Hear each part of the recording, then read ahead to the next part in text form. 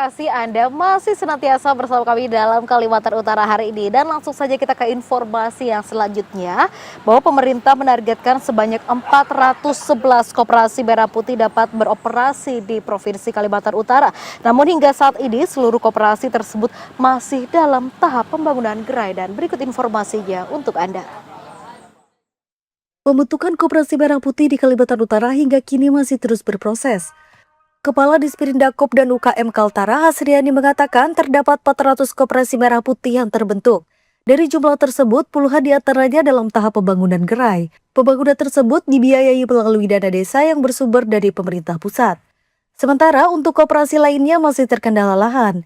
Diketahui pembangunan koperasi merah putih membutuhkan lahan minimal 20 x 30 meter persegi yang berasal dari hibah pemerintah desa atau kelurahan. Selain pembangunan fisik, proses administrasi dan kelembagaan koperasi juga masih terus dilengkapi oleh masing-masing desa. Koperasi merah putih sendiri diharapkan menjadi motor penggerak ekonomi desa sekaligus memperkuat kemandirian masyarakat melalui pengelolaan usaha bersama. Saat ini memang belum ada pergerakan untuk bagaimana percepatan untuk memulai usaha, karena saat ini masih untuk pembangunan gerai, yaitu lahan-lahan di setiap daerah kabupaten itu masih pendataan yang mana yang untuk bisa dilakukan pembangunan gerai. Jadi tunggu tahap itu dulu, baru nanti kita tunggu pasti ada edaran biasanya. Pemerintah daerah optimistis setelah seluruh proses rampung, koperasi tersebut dapat segera beroperasi dan memberikan dampak positif bagi perekonomian masyarakat di Kalimantan Utara. Muhammad Aras dari Bulungan melaporkan. Dan pemirsa, tentunya menjelang Idul Adha 1447 Hijriah, Balai Karantina Hewan, Ikan, dan Tumbuhan atau BKHIT Tarakan, Kalimantan Utara melakukan uji sampel darah terhadap ratusan ekor sapi. Nah, hal tersebut dilakukan guna menghindari masuk penyakit hewan sekaligus memastikan kesehatan hewan kurban terjamin. Nah, ini untuk pemirsa nih harus disimak sama-sama, kita saksikan informasinya berikut ini. Uji sampel darah terhadap hewan kurban khususnya sapi dilakukan secara bertahap oleh petugas dari Balai Karantina Hewan, Ikan, dan Tumbuhan Kota Tarakan.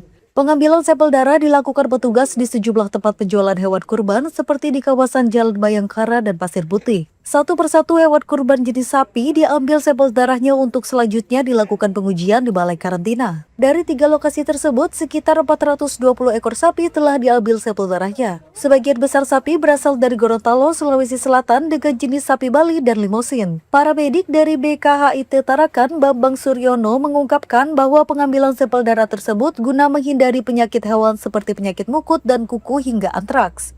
Selain itu juga untuk menjamin agar hewan kurban yang dijual dan dipotong saat Idul Adha dalam kondisi sehat dan layak konsumsi. Sapinya sekitar 420-an. Itu kita lakukan kami sampel untuk memastikan bahwa ini sebelum ke masyarakat sudah di sampelnya dulu, baru untuk antisipasinya kan. Waktu penyakit ini kan tidak harus pada sapinya, pada medianya juga bisa. Jika dari atas kapal kah, dari angkat laut, ini juga bisa. Makanya untuk memastikan sapi ini sehat, dilakukanlah pengujian lanjut. Sebenarnya sudah dilakukan di sana. Cuma harus diuji ulang di sini. Karena media membawa itu bukan di sapinya aja, banyak medianya itu. Sementara itu, jika ditemukan hewan kurban yang terjangkit penyakit, petugas akan langsung melakukan karantina hingga kondisi hewan membaik. Siti Hardiadi dari Tarakan melaporkan.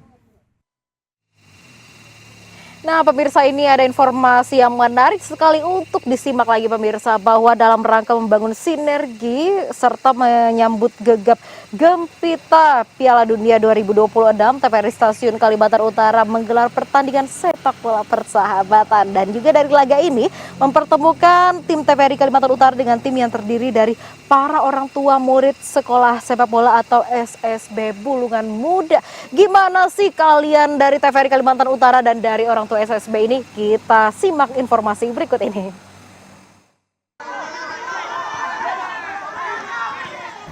Pertandingan persahabatan yang berlangsung penuh keakraban ini dihadiri langsung oleh Kepala LPP TVRI Stasiun Kalimantan Utara, Agung Kameswara. Kegiatan ini secara khusus ditujukan untuk membangun relasi dan silaturahmi antara TVRI dengan pihak pengurus, pelatih, dan orang tua murid dari SSB Bulungan Muda. Terima kasih juga semua teman-teman dari TPL Kaltara silaturahmi ini di Mini Soccer. Jadi harapan saya ya kita ngambil jadwal member terus, bukan hanya untuk persiapan Piala Dunia ini kan, seperti kata Pak Ketua kita, beliau bilang ambil jadwal sudah di malam ini. Siapa Jumat malam Jumat malam Sabtu nih jadwal tetap untuk kita. Terus teman-teman ini kan juga ada yang puas, kalau bisa mungkin 2 jam kita ambil nanti. Kalau masalah itu nanti kita tinggal aja. Yang penting silaturahmi kita insya Allah tetap terjaga terus sampai seterusnya lah. Jangan cuma di malam ini aja. Dan berharap itu juga kita bisa berkolaborasi terus kan untuk sinergi untuk kemajuan di Kabupaten Bulungan dan Kalimantan Utara nih, antara TPL Kaltara dengan orang tua anak SSB Bulungan Muda juga anak SSB Bulungan Muda. Sementara itu, salah satu orang tua murid SSB Bulungan Muda menyampaikan apresiasinya atas kepedulian dan dukungan TVRI terhadap sepak bola usia dini. Melalui sinergi yang terjalin, diharapkan pembinaan atlet muda di Kalimantan Utara dapat terus terdongkrak. Kami dari SSB Bulungan Muda berterima kasih ya atas support dari TVRI dengan bergabungnya kami di lapangan ini. Motivasinya itu ini sebagai orang tua SSB Bulungan Muda itu hanya mengembangkan minat dan bakat kami selaku orang tua dan memotivasi anak-anak kami yang bermain di SSB Bulungan Muda, dan kedepannya SSB Bulungan Muda, orang tuanya dan kru semua TVRI mungkin kedepannya tuh bisa lebih memiliki jadwal tetap atau berkompeten lagi lah, berkembang minat dan bakat olahraga, terutama bagi kita yang sudah usia 40 ke atas nih, istilahnya tuh perlu olahraga yang lebih baik lagi, fisik dan sebagainya seperti itu. Harapan kami semoga TVRI kedepannya lebih berkembang, lebih berkarya, meliput seperti olahraga-olahraga yang usia di atas 40 seperti itu. Jadi semoga TVRI kedepannya lebih jaya dan memotivasi olahraga minat bakat era itu. Terima kasih. Kolaborasi antara media penyiaran dan komunitas olahraga ini diharapkan menjadi pemantik semangat bagi kemajuan sepak bola di bumi Benuanta. Tim Liputan TVRI Kalimantan Utara dari Bulungan melaporkan.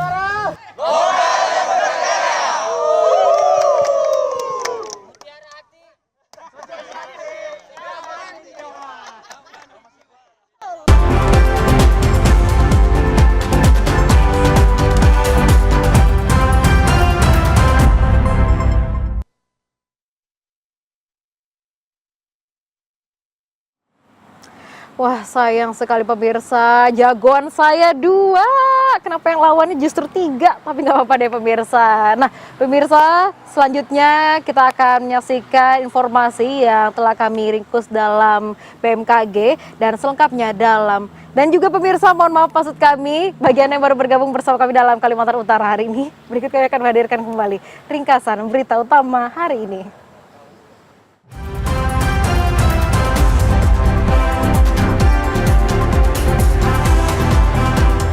Sertijab Kalapas kelas 2B Nunukan diwarnai deklarasi Zero Halinder, tegaskan perintah pusat berantas pelanggaran dan praktik terlarang di dalam lapas. Pemerintah menargetkan sebanyak 411 koperasi merah putih dapat beroperasi di Kaltara. Namun hingga saat ini seluruh koperasi tersebut masih dalam tahap pembangunan gerai.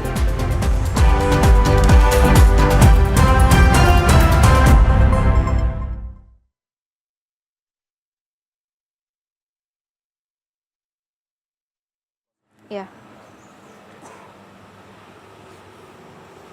Ya pemirsa, ringkasan berita utama tadi sekaligus menjadi akhir dari kebersamaan kita pada sore hari ini. Dan tentunya saya Herinda Ingkong telah menemani pemirsa selama kurang lebih 1 jam. Dan tentunya kita bisa saksikan lagi dalam Kalimantan Utara hari ini hadir setiap hari pukul 16.30 waktu Indonesia bagian tengah. Hanya di kanal 30 digital atau di live streaming YouTube TVRI Kalimantan Utara. Saya Herlinda beserta tim kerja yang bertugas pada hari ini mengucapkan terima kasih atas perhatian Anda. Dan pemirsa tunggu dulu ya.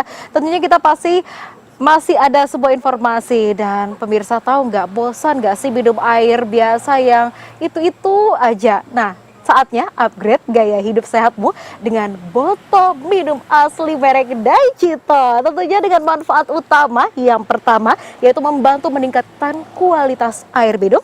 Dan yang kedua mendukung kesehatan tubuh sehari-hari. Ketiga praktis dibawa kemana aja.